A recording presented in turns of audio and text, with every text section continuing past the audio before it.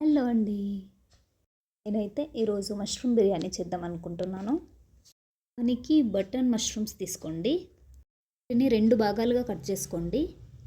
వీడియోలో చూపిస్తున్న విధంగా కట్ చేసుకోండి 2 భాగాలుగా.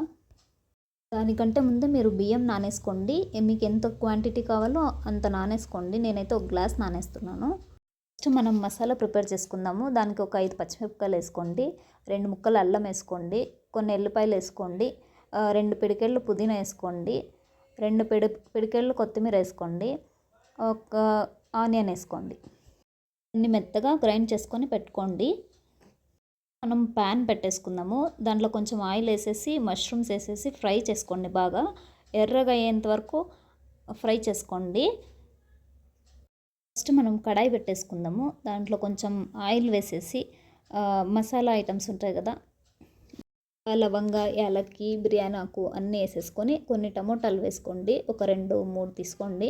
బాగా వేసేసి ఫ్రై చేసుకోండి. మనం గ్రైండ్ చేసిన మసాలా పేస్ట్ అంతా వేసేసుకొని అది పచ్చివాసన పోయేంత వరకు ఉడకనివ్వండి. ఫ్రై చేసిన మష్రూమ్స్ అన్నీ వేసేసుకుందాము. ఇప్పుడు ఒకసారి కలిపేసుకోండి. బాగా మగ్గాక వాటర్ పోసుకోండి. నేనైతే ఒక గ్లాస్కి 2.5 వాటర్ అలా వేస్తున్నాను. మీరు మీ క్వాంటిటీకి తగ్గట్టు వేసుకోండి. తగినంత ఉప్పు, రాళ్ళు ఉప్పు వేసేయండి. ఇంకా దానికి మూత పెట్టేసి మరగనిచ్చేద్దాము. చూసారా, నీళ్ళన్నీ మరిగిపోయాయి. దాని తర్వాత బియ్యం వేసేసుకోండి. యాడ్ చేసేసి ఒక నిమ్మకాయ పిండేసుకోండి. ఆ క్లిప్ నాది మిస్ అయింది.